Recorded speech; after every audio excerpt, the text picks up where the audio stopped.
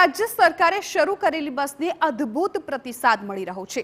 મહાકુંભ માટે અમદાવાદથી ઉપડતી નવી બસ માટે 75% બુકિંગ। રાજ્યમાં નવી 6 બસ પ્રતિદિન ચલાવવાનો રાજ્ય સરકારનો નિર્ણય। અન્ય શહેરોમાંથી શરૂ કરાયેલી બસ માટે અત્યાર સુધીમાં 37% બુકિંગ। હજુ પણ લોકો સતત જીએસઆરટીસીનો કરી રહ્યા છે સંપર્ક।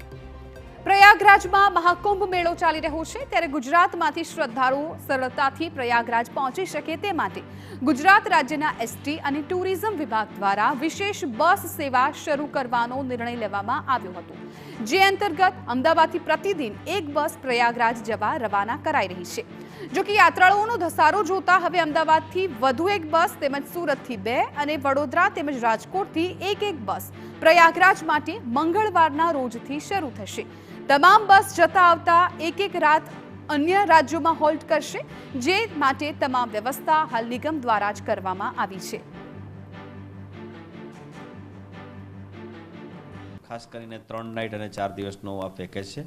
પેકેજની અંદર જે સુરતથી અને રાજકોટથી જે બસો ઉપડશે એ મધ્યપ્રદેશ એટલે કે ઇન્દોર થઈને જશે અને એની બારન કરીને રાજસ્થાનનું એક મધ્યપ્રદેશનું સિટી છે, ત્યાં નાઇટ હોલ્ટ કરશે।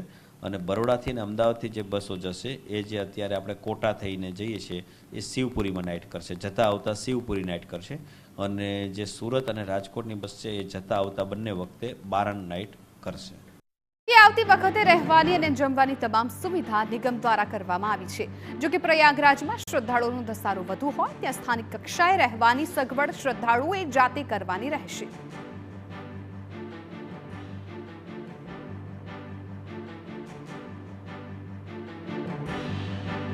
તો જે રસ્તામાં તો બંને બાજુ રહેવાની વ્યવસ્થા કરવામાં આવેલી છે, એટલે કે પ્રયાગરાજ જતા અને આવતા સુરતવાળી બસ, બરોડાવાળી, અમદાવાદ અને રાજકોટ 4 સ્થળોથી ઉપરથી બસોનું જવા આવવાના સ્થળો ઉપર તો રોકાણની વ્યવસ્થા કરવામાં આવેલી છે। પરંતુ જે પ્રયાગરાજની અંદર ટ્રાફિક જે ક્યારેક વધી જાય છે, ક્યારેક ઘટી જાય છે અને જે હાલ જે વ્યવસ્થા છે ત્યાં એને ધ્યાને લઈ અને ત્યાં જે વ્યવસ્થા છે એટલી જ થઈ શકે એમ હોય, નજીકના સમયમાં થઈ શકશે તો વધારી શકશે, પણ હાલ પ્રયાગરાજમાં રહેવાની વ્યવસ્થા નિગમ દ્વારા કરવામાં આવેલી નથી।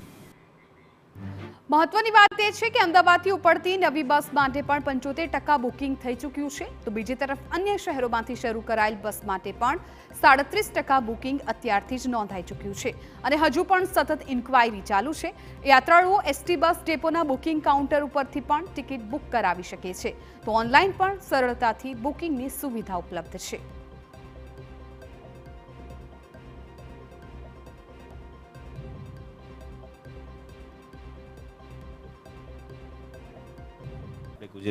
જીએસઆરટીસીની એપ્લિકેશન છે GSRTC.in અને કોમ્પ્યુટર ઉપર વેબસાઇટ પણ છે GSRTC.in, એના ઉપરથી બુકિંગ થાય છે। અને આ ઉપરાંત આપણા બસ સ્ટેશનો છે ત્યાં દરેક જગ્યાએ બુકિંગ કાઉન્ટર છે, જે રેગ્યુલર બુકિંગ થાય છે એ ભેગું જ આનું બુકિંગ થાય છે। કેન્સલેશન માટે જે કેન્સલેશનના નિયમો છે, જે ઓર્ડિનરી આપણે બુકિંગ કરીએ છીએ અને જે કેન્સલેશનના નિયમો છે એ જ પ્રમાણે બુકિંગ થાય છે, એટલે કે 48 કલાક પહેલાં જો બુક કરાવે તો 20% જેવું અને 48 કલાક દરમિયાન કરાવે તો 25% જેવું, અને જે કંઈ આપણી નિયમો અનુસાર જે બુકિંગની પ્રક્રિયા છે અને કેન્સલેશનની પ્રક્રિયા એ જ પ્રમાણે ચાર્જ લાગે છે।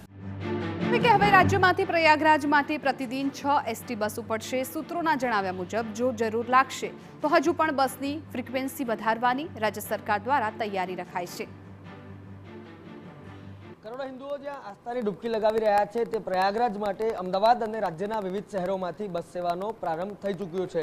રાજ્ય સરકારના આ પ્રયાસ માટે આજ દિન 11 વાગ્યા સુધીમાં જે બુકિંગ છે તે ફૂલ થઈ રહ્યા છે। 35% બુકિંગ રાજ્યભરનું થઈ ચૂક્યું છે, જ્યારે અમદાવાદની જે બસો છે તેમાં 75% બુકિંગ છે તે પૂર્ણ થઈ ચૂક્યું છે। સુવિધાઓ છે તેમાં સતત વધારો છે તે કઈ રીતે થઈ શકે તે માટે એસટી અને ટુરિઝમ વિભાગ સહિત રાજ્ય સરકાર પ્રયાસ કરી રહી છે, ત્યારે લોકોને, શ્રદ્ધાળુઓને કઈ રીતે વિશેષ નવીન સુવિધાઓ આપી શકાય તે માટેના પ્રયાસો પણ સતત ચાલી રહ્યા છે। કેમેરામેન દીપક સેન સાથે રોનક વર્મા, TV9 અમદાવાદ।